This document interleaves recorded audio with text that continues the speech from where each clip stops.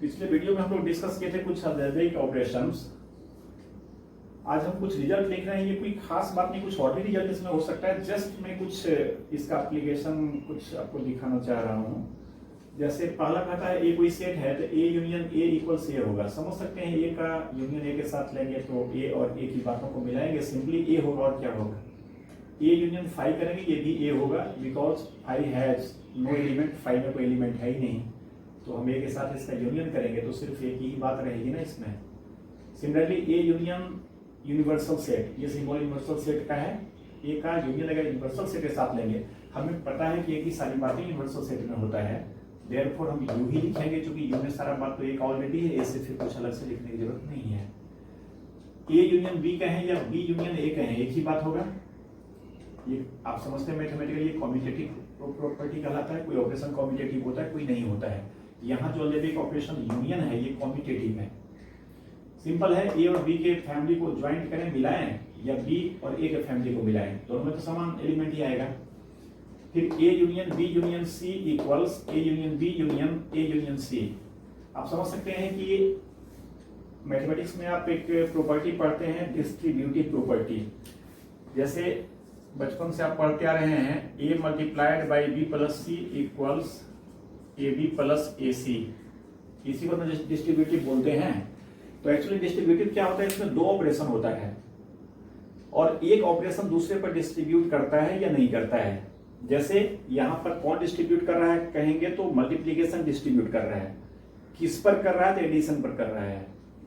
अगर यहां पर हम एडिशन दे दें, यहां पर मल्टीप्लीकेशन दे दें, तो अगर हम एडिशन को मल्टीप्लीकेशन पर डिस्ट्रीब्यूट करवाएं, ये करता है कि नहीं करता है वेरीफाई करें हम, तो हम देखेंगे एक बार a प्लस बी, इसे डिस्ट्रीब्यूट b के साथ कराएं, फिर बीच में मल्टीप्लीकेशन है तो यहाँ मल्टीप्लीकेशन देंगे और फिर a प्लस सी करेंगे, a को डिस्ट्रीब्यूट कराएंगे c के साथ। आप समझ सकते हैं ऐसा लिखना सही है क्या? ऑब्वियसली सही नहीं है, ऐसा नहीं होता है। देयरफॉर हम मैथमेटिकली कहते हैं कि जो प्लस का ऑपरेशन है वो मल्टीप्लीकेशन पर डिस्ट्रीब्यूट नहीं करता है, जबकि ये आप जानते हैं मल्टीप्लीकेशन डिस्ट्रीब्यूट कर जाता है एडिशन पर, और नॉट ओनली ऑन एडिशन। यहाँ अगर सब्ट्रैक्शन दें तो सब्ट्रैक्शन पर भी डिस्ट्रीब्यूट कर जाएगा। तो डिस्ट्रीब्यूटिव प्रॉपर्टी को थोड़ा इस तरह से जनरलाइज वे में समझिए। मैथमेटिकली आप समझें तो कोई भी जो 4 फंडामेंटल ऑपरेशन हमारा है, एडिशन, सब्ट्रैक्शन, मल्टीप्लिकेशन, डिवीजन, उसमें से कोई भी ऑपरेशन खुद पर डिस्ट्रीब्यूट नहीं करता है। जैसे एडिशन एडिशन पर नहीं करता है, मल्टीप्लिकेशन मल्टीप्लिकेशन पर नहीं करता है, डिवीजन डिवीजन पर नहीं करता है। तो इस तरह से अगर इसको आप ऑब्जर्व करें तो ये बड़ा इंटरेस्टिंग रिजल्ट होगा कि यूनियन यूनियन पर डिस्ट्रीब्यूट कर जाता है। ठीक है, आप समझ सकते हैं कि इसका एलएचएस क्या देगा, तो एक तरह से ज्वाइंट फैमिली ऑफ एबीसी देगा। आरएचएस में भी ए और बी के फैमिली को पहले हमने कंबाइन किया, फिर ए और सी के फैमिली को कंबाइन करके लिस्ट किया और दोनों को मिलाकर लिस्ट किया। इसमें ए की बात इसके साथ दिया जाएगा, ए की बात इसके साथ दिया जाएगा, फाइनली मिलाएंगे तो एक ही बात एक ही जगह आएगा ना, क्योंकि एक एलिमेंट को दोबारा तो सेट में लिखते नहीं है, उससे कोई फायदा नहीं है, उसे दोबारा काउंट नहीं करते हैं। तो ये बहुत सहज है जो हमारा दिमाग जस्टिफाइड करे इसको कि हाँ ठीक तो है, ये रिजल्ट सही है। बट मैथमेटिकली इसका काम पड़ता है, हमें जरूरत पड़ता है यूनियन को डिस्ट्रीब्यूट करवाने का, तो हम समझ सकते हैं, कर सकते हैं। अगर ऐसा है तो ऐसा लिख सकते हैं, ऐसा है तो ऐसा लिख सकते हैं जरूरत के हिसाब से। फिर एक रिजल्ट हमने लिखा है A union B equals B है अगर, तो this implies A is subset of B. अगर A union B equals B है, इसका मतलब ए सबसेट बी का है। सिंपल समझ सकते हैं कि A union B equals B है, इट मींस इस यूनियन को करने में ए का कोई कंट्रीब्यूशन नहीं है, मतलब ए का कोई भी ऐसा एलिमेंट ऐसा नहीं रहा होगा जो बी में नहीं है, तभी तो ये भी हुआ। अगर ए में एक भी डिसिमिलर एलिमेंट होता बी के रिस्पेक्ट में, तब तो ये भी नहीं होता, कुछ और बात इसमें लिखना पड़ता तो फिर भी नहीं होता। तो इसका मतलब ये हुआ। और ये सिंबल आप समझते हैं, इन रिटर्न इंप्लाई, इसको वाइस वर्सा भी कह सकते हैं, इफ दिस इंप्लाइज दिस, यानी इसका मतलब अगर ये है तो इन रिटर्न इसका मतलब भी ये होगा। यानी ए अगर सबसेट बी का है तो ए यूनियन बी को बी लिख सकते हैं। आप सिंपल सोचें, सिंपल बात है। फिर A intersection A equals a, समझ सकते हैं ए का इंटरसेक्शन ए के साथ लेंगे तो सारा एलिमेंट तो कॉमन ही आएगा। खुद का इंटरसेक्शन ले रहे हैं तो खुद और खुद में तो कोई चीज डिसिमिलर होगा नहीं, तो ये हो गया। ए का इंटरसेक्शन फाई के साथ लेंगे, फाई आएगा। समझ सकते हैं फाई में कोई बात है ही नहीं, तो हम ए और फाई की बातों को मिलाएंगे, कॉमन क्या है, कुछ कॉमन नहीं मिलेगा, मीन्स फाई होगा, एम्प्टी सेट होगा। ए इंटरसेक्शन यूनिवर्सल सेट पूरा पूरा ए होगा। हमें पता है कि कोई भी सेट यूनिवर्सल सेट के बियॉन्ड नहीं जा सकता, उसके बाहर कोई सेट नहीं हो सकता है। ए का इंटरसेक्शन यूनिवर्सल सेट के साथ लेगा, इट मींस ए की सारी बातें यू में होगी एंड देयरफॉर ये दोनों का इंटरसेक्शन पूरा सेट ए होगा, एक भी उसका मिसिंग नहीं होगा। फिर जैसे यूनियन को डिस्ट्रीब्यूट यूनियन पर कराते हैं, वैसे इंटरसेक्शन भी डिस्ट्रीब्यूट कर जाता है इंटरसेक्शन पर। समझ सकते हैं इसका एलएचएस क्या कहेगा। ओवरऑल ये घुमा फिराकर हमें कैसा सेट देगा जिसमें सेट ए, सेट बी और सेट सी तीनों सेट की बातें होंगी। आरएचएस में भी क्या है, पहले हम ए और बी में ज्वाइंट मेंबर कॉमन मेंबर क्या क्या है उसको हमने लिस्ट किया। फिर ए और सी के फैक्ट में कॉमन मेंबर क्या है, फिर दोनों से कॉमन मेंबर क्या है इसको निकालेंगे। तो ओवरऑल हमें क्या मिलने वाला है, तीनों में जो कॉमन होगा वही आएगा ना। ऐसे आप वेन डायग्राम से खींच के समझ सकते हैं इसको। एक बार इसका वेन डायग्राम खींचिए, फिर इसका वेन डायग्राम खींचिए, फिर लास्ट रिजल्ट इस सेक्शन का ए इंटरसेक्शन बी इक्वल्स ए है। ये कह रहा है कि ए इंटरसेक्शन बी इक्वल्स ए है, अगर तो ये इंप्लाई करेगा, यानी ऐसा है तब ए सबसेट बी का होगा। समझ सकते हैं ए इंटरसेक्शन बी इक्वल्स ए है, इसका मतलब कि ए का सारा एलिमेंट बी में है, यानी ए में जो भी एलिमेंट है वो सारा का सारा बी में भी है। इसका मतलब ये इंटरसेक्शन बी करेंगे तभी ना ये आएगा। तो जाहिर है सारा बात बी में है तो हम ये सबसेट बी भी लिख सकते हैं। ये कहें एक ही बात है, तो this imply this and in return this imply this. यहां हमने ये चार बात अलग से इसलिए लिख दिया कि ये चारों महत्वपूर्ण है और एक स्पेल में याद रखने जैसी बात है, जिसमें हम ये निशान लगाए हैं 9 का करेक्ट का। ये तो अभी हम नहीं देखे, बाकी तो देख चुके हैं, इस पर कोई ज्यादा बात हमें नहीं करना। यूनियन डिस्ट्रीब्यूट यूनियन पर करता है अभी देखे हैं, इंटरसेक्शन डिस्ट्रीब्यूट इंटरसेक्शन पर करता है अभी देखे हैं। फिर यहां हमने लिखा यूनियन डिस्ट्रीब्यूट इंटरसेक्शन पर करता है। यूनियन पर तो किया ही, इंटरसेक्शन पर तो किया ही, यूनियन इंटरसेक्शन पर भी करता है डिस्ट्रीब्यूट। अगर यूनियन इंटरसेक्शन पर डिस्ट्रीब्यूट करता है इसका मतलब इसे ए यूनियन बी कहेंगे, अब फिर बीच में इंटरसेक्शन होगा और फिर ए यूनियन सी होगा। यही हमने यहां लिखा है, ए यूनियन बी और intersection A union C, intersection A union C. Similarly intersection भी यूनियन पर डिस्ट्रीब्यूट कर जाता है। मतलब ये बड़ा इंटरेस्टिंग बात है। मैथमेटिक्स में हमने देखा कि मल्टीप्लिकेशन एडिशन पर करता है, बट एडिशन मल्टीप्लिकेशन पर नहीं करता है।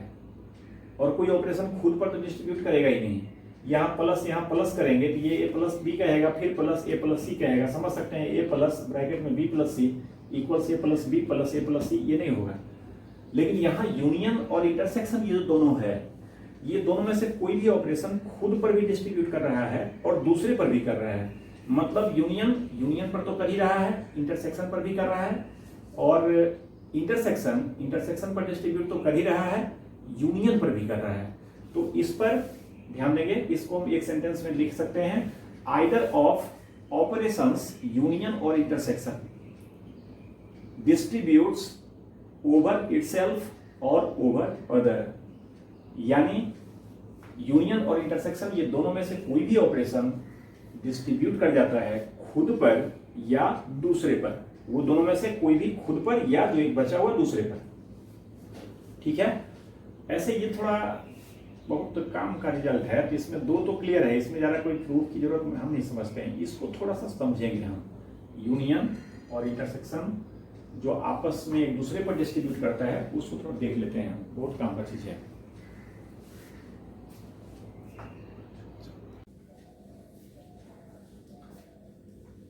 आप समझते हैं यूनियन और इंटरसेक्शन, यूनियन स्टैंड करता है और के सेंस में, ओ आर और इंटरसेक्शन एंड के सेंस में। अगर दो सेट के बीच यू लगा रहता है, यूनियन लगा रहता है, इट मींस वो एलिमेंट या तो इसमें होगा या तो उसमें होगा, और एंड लगा होता है इसका मतलब इसमें भी होगा उसमें भी होगा।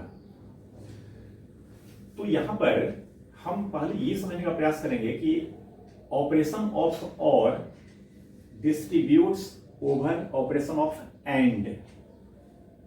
हालांकि और एंड कोई ऑपरेशन नहीं है, बट कोई दो चीज में और लगा रहता है तो हमारा दिमाग ऑपरेट ही करता है ना।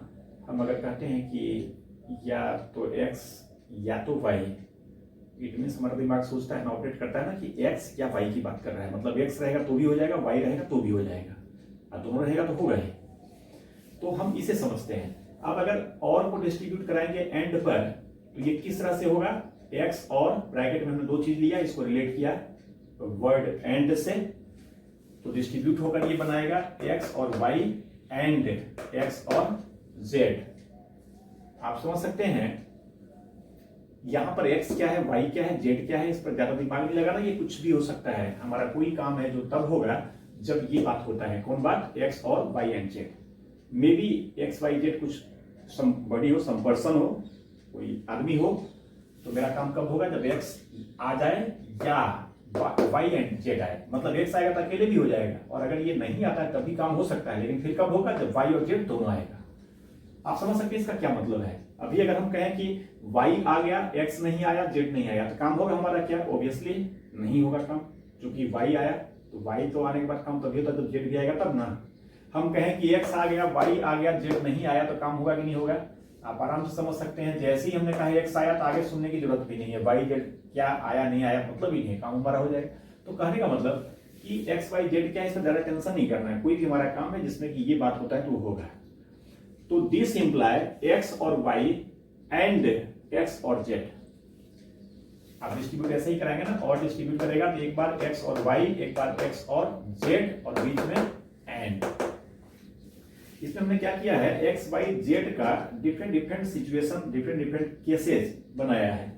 आप समझ सकते हैं जहां भी हमने ये करेक्ट का सिंबल दिया है, निशान दिया है 9 का, कहीं क्रॉस का, क्रॉस मतलब समझे कि ये हैपन नहीं कर रहा है। जैसे x के सामने ये 9 लिखा है, मतलब x हैपन कर रहा है। अगर ये पर्सन है तो ये आ रहा है, क्रॉस है, पर्सन है, ये नहीं आ रहा है। जो भी x है, करेक्ट का मतलब उसका हैपन करना, और क्रॉस का मतलब हैपन नहीं करना। आप समझ सकते हैं कि x का एक करेक्ट सिचुएशन के लिए किसी दो को मिलाएंगे तो 4 सिचुएशन होगा। दोनों correct correct correct, incorrect incorrect correct. इसको यस नो कह लीजिए, yes yes, yes no, no yes, no no. तो 4 एस के लिए 4 सिचुएशन। अब फिर ऑल द 4 जो क्रॉस में एक्स के सामने लिखा है उसके लिए फिर वही 4 सिचुएशन। आप देख सकते हैं जो ये था वही ये है, एक एक स्टेप बढ़ के वही 4 यहां पर है। अब हम एक बार ट्रूथ टेबल इसका बनाएंगे। अब इस स्टेटमेंट को समझिए, x और y एंड z ये कब हैपन करेगा? तो कनेक्टिंग वर्ड यहां पर और है, इसका मतलब और से इधर की बात हैपन कर जाए या और से उधर की बात हैपन कर जाए। और से इधर की बात हैपन कब करेगा? जब x हो जाए। और से उधर की बात कब हैपन करेगा? तो जब साइमल्टेनियसली y भी हो जाए एंड z भी हो जाए। तो अब देखते हैं ट्रूथ टेबल। आप समझ सकते हैं कि x जहां जहां x में करेक्ट का निशान है वहां तो इस और के इधर के चलते ही ये हैपन कर जाएगा, बिकॉज y z हमें देखने समझने की जरूरत भी नहीं है। तो इस तरह से x जो 4 जगह यहां पर हमने करेक्ट का निशान लगाया, s का निशान लगाया है, वो सारे केसेस में ये भी s रहेगा, 4 केस। बाकी अगले केस से देखते हैं, यहां से कहां से है 4 करेक्ट वाले, यहां x हैपन नहीं कर रहा है। आप देखिए यहां x हैपन नहीं कर रहा है, मतलब और की ये साइड जो है इसके चलते तो हैपन नहीं करेगा ये, बट और है आगे भी देखना है, साइड इसके चलते कर जाए। यहां देखेंगे y भी हैपन कर रहा है, z भी हैपन कर रहा है, जाहिर है दोनों हैपन कर रहा है, तो और की इधर का स्टेटमेंट सही हो गया, मतलब ये हैपन कर जाएगा। फिर नेक्स्ट x हैपन नहीं कर रहा है, इधर और की इधर वाली बात तो खत्म हो जाती है। y हैपन कर रहा है, चलो ठीक है, z कर रहा है क्या? नहीं कर रहा है, तो फिर ये बात भी खत्म हो गया ना, सिर्फ y का कुछ तो होगा नहीं, क्योंकि x ऑलरेडी इधर का बात खत्म है, तो इधर तो दोनों करेगा तभी होगा, जबकि दोनों नहीं कर रहा है, y कर रहा है, z नहीं कर रहा है, यहाँ क्रॉस देना पड़ेगा हमें।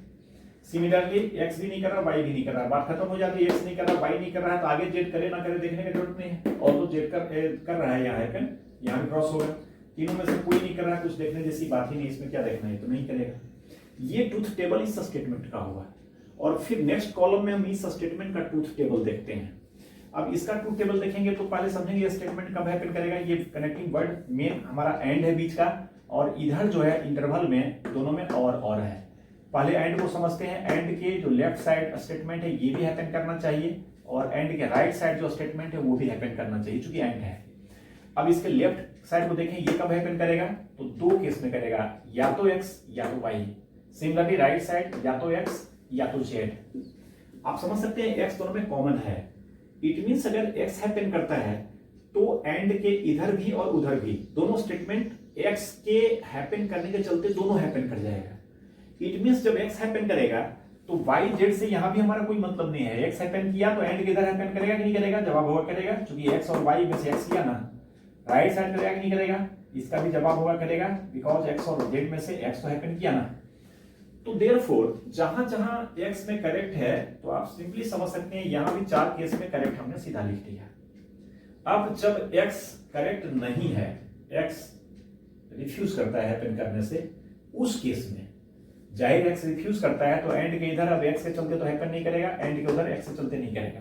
तो अब एक ही ऑप्शन बचता है कि इधर हैपन करने के लिए वाई को हैपन करना पड़ेगा और उधर हैपन करने के लिए जेड को करना पड़ेगा। तो वाई जेड कर रहा है तो जाहिर है यहां भी करेक्ट हो गया। लेकिन इसके अलावा जो भी केस बचता है, एक्स नहीं कर रहा है, वाई कर रहा है, जेड नहीं कर रहा है, तो एक्स नहीं कर रहा, वाई कर रहा है तो एंड के इधर तो हो गया, बट एक्स नहीं कर रहा, जेड नहीं कर रहा है तो इधर तो नहीं हुआ। तो ये एंड हमारा सही नहीं हो पाया ना, सिर्फ एंड के लेफ्ट साइड वाला स्टेटमेंट हैपन किया, राइट साइड वाला नहीं किया। मतलब यहाँ पर क्रॉस हो जाएगा और फिर एक्स वाई दोनों नहीं कर रहा है तो बात खत्म हो जाती है, एक्स वाई दोनों नहीं कर रहा है तो एंड के इधर बात ही खत्म होगी। तो आगे हो ना हो इसे क्या मतलब है? तो फिर ये हैपन नहीं किया और तीनों नहीं करेगा तो बात ही खत्म है, तब तो कोई इसमें से हैपन करेगा ही नहीं, खत्म हो जाएगा। और इस तरह से दोनों का ट्रूथ टेबल हम कंपेयर करते हैं कि इस कॉलम में इसका जो ट्रूथ वैल्यू है हमारा ट्रूथ टेबल का, जिस केस में जो जो करेक्ट आया है, जिस केस में जो जो फॉल्स आया है, उतना ही सारे केस में इधर भी करेक्ट आया है, इधर भी फॉल्स आया है। देयरफॉर हम कह सकते हैं कि ये स्टेटमेंट एग्जैक्टली इक्विवेलेंट टू क्या है? ये स्टेटमेंट है, बिकॉज हमने एक भी केस छोड़ा नहीं है। जितनी पॉसिबिलिटीज हो सकती है तीनों का, सब पर हमने विचार किया है, सारे पॉसिबिलिटीज में इसका साथ दिया है ये स्टेटमेंट। देयरफॉर फाइनली हम कंक्लूड करते हैं कि ये जो और का ऑपरेशन है ये एंड पर डिस्ट्रीब्यूट कर जाता है। और हम समझते हैं और एंड जैसे होता है वैसे यूनियन इंटरसेक्शन होता है। तो A union B intersection C को हम कह सकते हैं ये और डिस्ट्रीब्यूट कर जाएगा एंड पर, यानी A union B intersection A union C. इस तरह से हम सलाह देंगे आपको कि जैसे हमने इसको समझा है, आप इसको समझने का प्रयास करें कि एंड डिस्ट्रीब्यूट्स ओवर और। सेम वे में आप ट्रूथ टेबल बनाएंगे, ये 8 केस ऐसे ही। और एक बार इस स्टेटमेंट को कैसे लिखेंगे? एक्स एंड वाई और जेड, जिस पर डिस्ट्रीब्यूट करना उसमें 2 कनेक्टिंग पॉइंट रहेगा, इधर एक रहेगा एंड और इधर हम डिस्ट्रीब्यूट कराएंगे तो एक्स एंड वाई यहां और एक्स एंड जेड, एक्स और वाई, एक्स एंड जेड। इसको आप सेल्फ करेंगे। हम अभी कुछ 2-3 रिजल्ट कम से कम और देखते हैं इसमें, जो क्वेश्चन में थोड़ा हेल्प करेगा हमको बनाने में।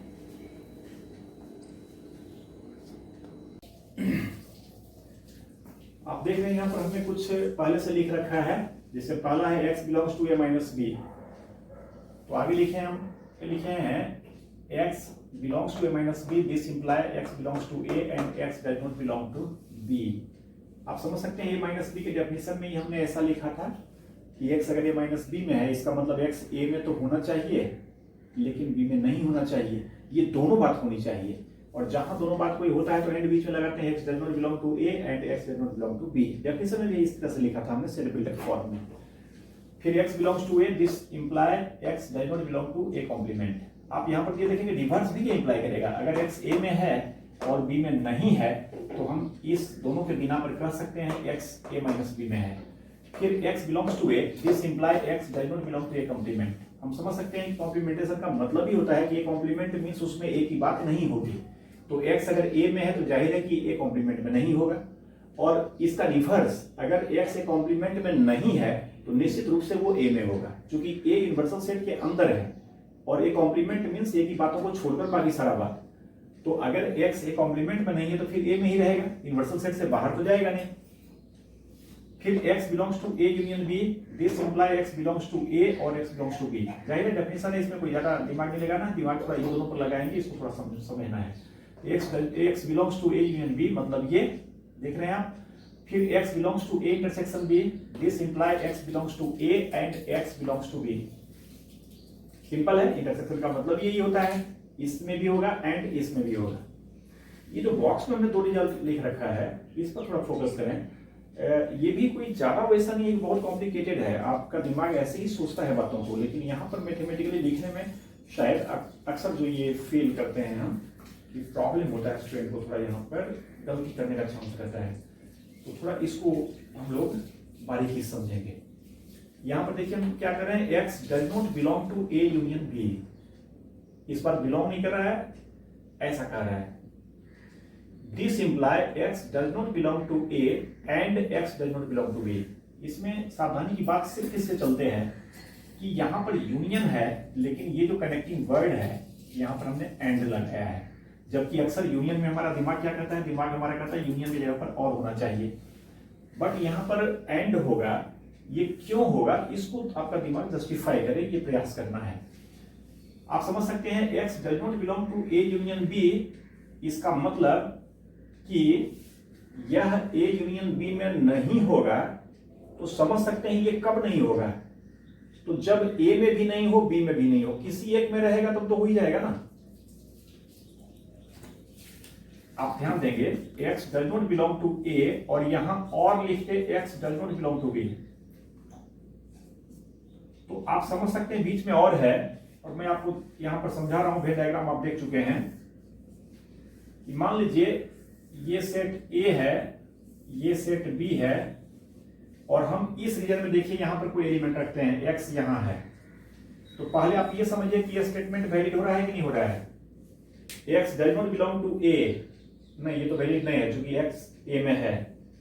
सवाल है कि और लगा हुआ है ना, ये वैलिड नहीं ये वैलिड होगा, तब हमारा ये स्टेटमेंट वैलिड हो जाएगा ना।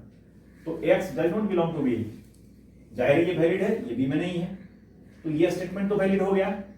लेकिन क्या ये वैलिड होने के बाद x does not belong to a union b कह सकते क्या?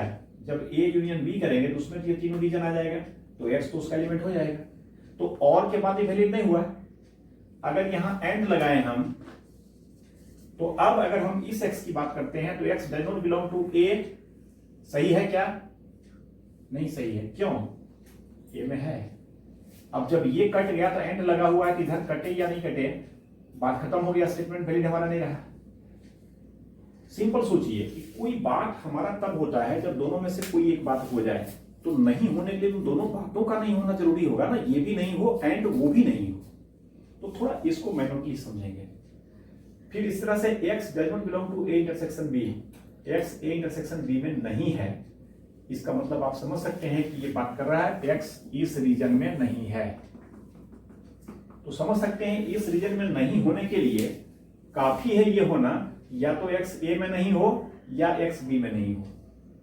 यहां पर एंड लगाना गलत होगा ना। आप समझ सकते हैं कि जो दोनों में नहीं होगा वही सिर्फ आएगा क्या इसमें, वही सिर्फ इसमें आएगा क्या। x अगर यहां है तो भी हम कह सकते हैं x does not belong to A intersection b। कहने का मतलब फिर इसको ऐसे सोचिए पहले लिटरली कि कोई काम हमारा तब होता है जब दो बात हो जाए। मान लीजिए x भी हो जाता है y भी हो जाता है तो हमारा काम होगा। तो काम नहीं होने के लिए दोनों का नहीं होना जरूरी है कि किसी एक का नहीं होना ही काफी है। तो जाहिर है दोनों में से कोई एक भी नहीं होगा तो हमारा काम नहीं होगा। तो बीच में और होगा ना कि x does not belong to A intersection b, मतलब दोनों में अगर नहीं है तो इसमें नहीं हो या इसमें नहीं हो तो ये वैलिड हो जाएगा। तो थोड़ा सा ये दो ऑपरेशन को मैन्युअली समझेंगे। हम लोग लिटरली भी बोलते हैं आइदर और का निगेशन, नाइदर नॉर। ये या ये का निगेशन, ना तो ये ना तो ये, आइदर और का। तो यहां पर यूनियन था और यहां लगाते तो नाइदर नॉर हो गया, ना ही ये ना ही ये। और इंटरसेक्शन में कोई भी एक नहीं होगा तो हमारा काम नहीं होगा। तो थोड़ा सा जब निगेशन का स्टेटमेंट लिखेंगे यूनियन और इंटरसेक्शन में, इसको थोड़ा मैन्युअली चेक करके समझेंगे, गलती ना हो। और जैसे वेन डायग्राम से एक क्वेश्चन हमने वेरीफाई किया था, a minus B equals A intersection B complement, कुछ इस तरह का। तो उसको थोड़ा इस तरह से लैंग्वेज से देखते हैं क्वेश्चन, और फिर अपने से आप लोग इस तरह का क्वेश्चन बुक में एक्सरसाइज में होगा उसको भी बनाएंगे। तो अभी हम एक क्वेश्चन देखते हैं।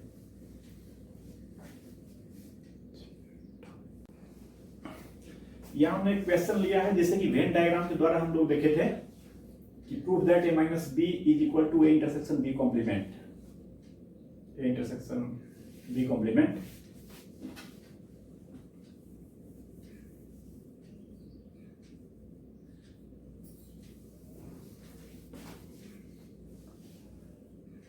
इसमें देखिए जो बेसिक बात होगी, कोई भी एक सेट दूसरे सेट के बराबर अगर हमें साबित करना है, प्रूफ करना है, तो सिंपल है कि अगर हम दिखा दें ए सबसेट बी का है एंड बी सबसेट ए का है, ये दोनों बात साइमल्टेनियसली हैपन कर रहा है।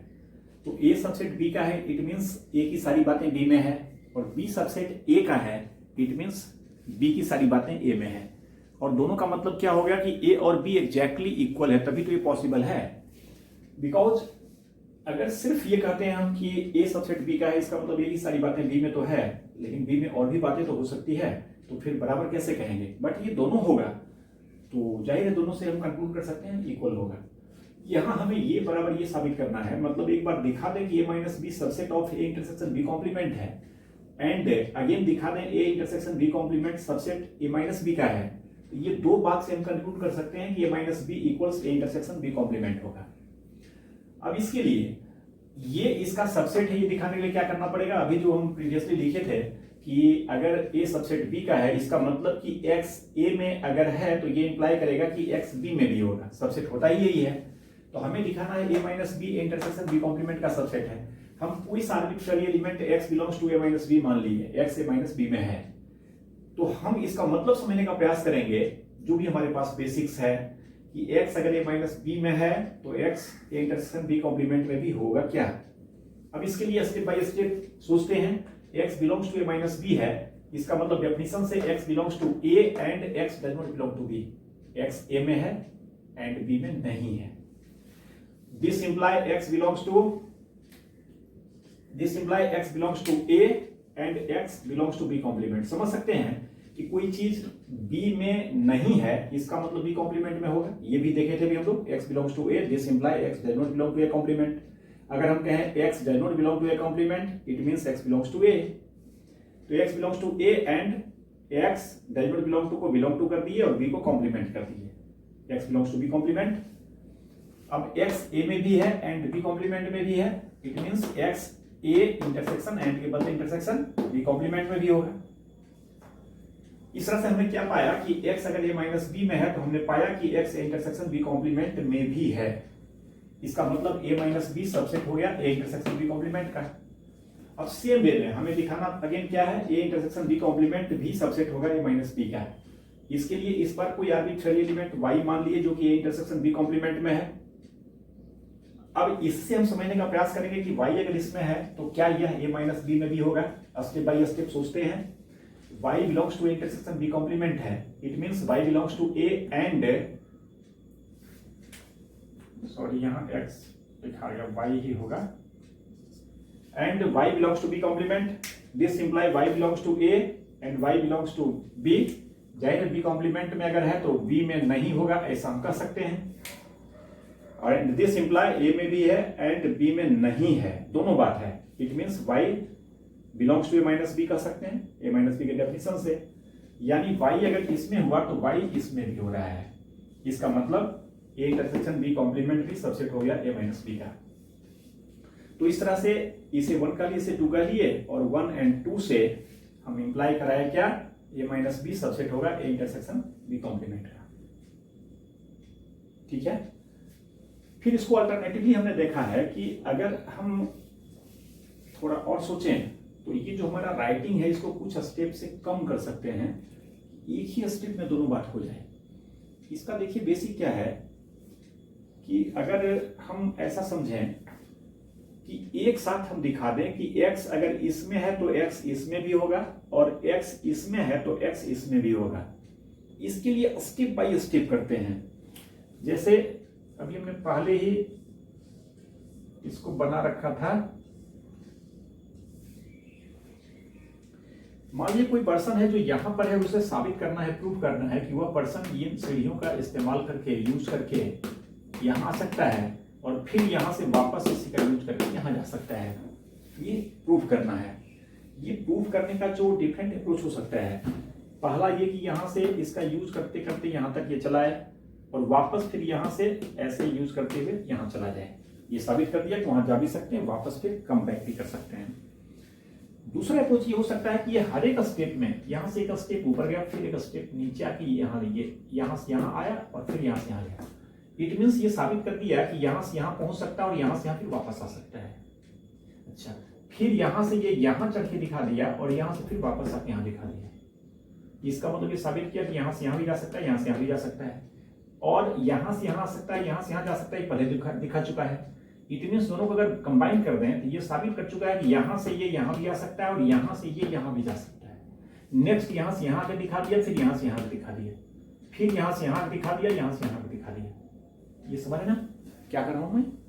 तो इस तरह से हर एक स्टेप में अगर आगे पीछे दोनों हम इंप्लाई कराते चले तो एक ही स्टेप में ये साबित हो जाएगा कि ये आदमी यहां से यहां जा सकता है, यहां से यहां आ सकता है। समथिंग दिस टाइप यहां पर हम करने वाले हैं। यहां पर x belongs to a minus B हमने माना कि x कोई आर्बिट्रेरी एलिमेंट है माइनस बी का, लाइक दिस, जैसे यहां देखे थे। तो जाहिर है फिर इसका मतलब क्या इंप्लाई करेगा, ऑलरेडी जो देख चुके हैं वही है, x belongs to a minus B, this imply x belongs to a and x does not belong to b। और लगे हाथ यहां पर हम ये समझ लेंगे कि क्या इसका मतलब ये होता क्या है। सोच सकते हैं x बिलोंग्स टू a है and x does not belong to b है, तो हम कह ही सकते हैं x belongs to a minus b।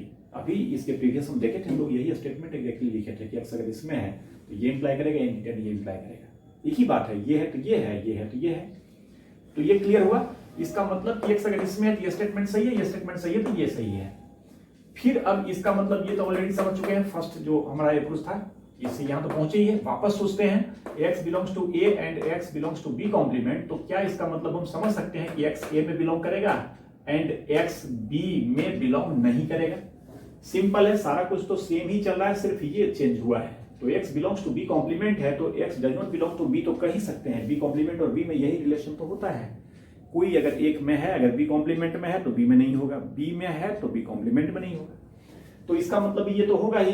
Therefore इसका मतलब ये हुआ, तो ये फॉरवर्ड एरो से इसको कर दिए, आगे वाला एरो, और ये बैकवर्ड एरो पीछे वाला एरो से इंप्लाई किया कि इसका मतलब ये भी होगा। इसका मतलब ये तो पहुंच ही गए हैं, इसका मतलब यहां से यहां तक पहुंच गए, फिर यहां से यहां तक पहुंच गए, और फिर इसका मतलब ये तो हम देख ही चुके हैं ऑलरेडी। फिर इसका मतलब समझने का प्रयास करें, x belongs to a intersection b complement है, तो क्या ऐसा लिख सकते हैं? जाहिर ऐसा लिख सकते हैं, x belongs to a and x belongs to b complement, यही तो लिखा हुआ है, ये तो मतलब होता ही है। तो इस तरह से ये जो बैकबार एरो हमने दिया है ये समझ के कि इसका मतलब ये हो गया। अब आप शुरू से कोरिलेट करें कि अगर फॉरवर्ड एरो को फॉलो करें हम, तो x अगर इसमें है तो ये हमें पहुंचा दिया, x इसमें भी है, और हर एक स्टेज में हमने देखा है बैकवर्ड एरो भी सही चल रहा है। तो अगर हम यहां से स्टार्ट करें, बैकवर्ड एरो को फॉलो करें, तो x अगर इसमें है तो ये एरो यहां पहुंचा देगा, ये एरो यहां पहुंचा देगा, ये एरो यहां पहुंचा देगा, मतलब x इसमें भी है। तो इस तरह से ये एक ही स्टेप में ये प्रूव हो गया है कि a minus B subset a intersection b complement का है, और अगर इसका एलिमेंट x है तो फिर इसका ये बात इसमें भी होगा, मतलब इसका सारा बात इसमें भी होगा, मतलब a इंटरसेक्शन b कॉम्प्लीमेंट भी सबसेट a माइनस b का है। और फाइनली 1 एंड 2 इंप्लाई ये करेगा, ये हम समझ ही लिए हैं। तो इस तरह से हमारा एक तरह समझिए तो 50% जो लैंग्वेज थोड़ा कम कर दिया, सेकंड केस देखना ही नहीं पड़ा। देखते हैं सेम काम यही हम लोग किए थे, है ना, यहां से स्टार्ट किए थे हम लोग इस क्वेश्चन में, जहां लास्ट किए यहां से हम लोग स्टार्ट किए थे, तो एक ही स्टेप में इसको समझते हुए कर दिए। तो इस तरह से, लेकिन है क्या कि इसको थोड़ा समझ लेना है कि हर एक स्थिति में वाइस वर्सा नहीं होगा, बट अगर इक्वालिटी कोई प्रूव करना है तो जाहिर है कि वाइस वर्सा होगा तभी तो होगा ये, है ना। तो मेन एग्जाम के क्वेश्चन में हम थोड़ा फांकी भी मार सकते हैं, बिना समझे भी एक तरफ समझ के एरो का निशान ऐसे ही लगा दें, बट अभी समझने का समय है, थोड़ा इसको ईमानदारी से समझें कैसे। तो अगले वीडियो में थोड़ा और क्वेश्चन देखेंगे, फिर थोड़ा आगे थ्योरेटिकल बात करेंगे।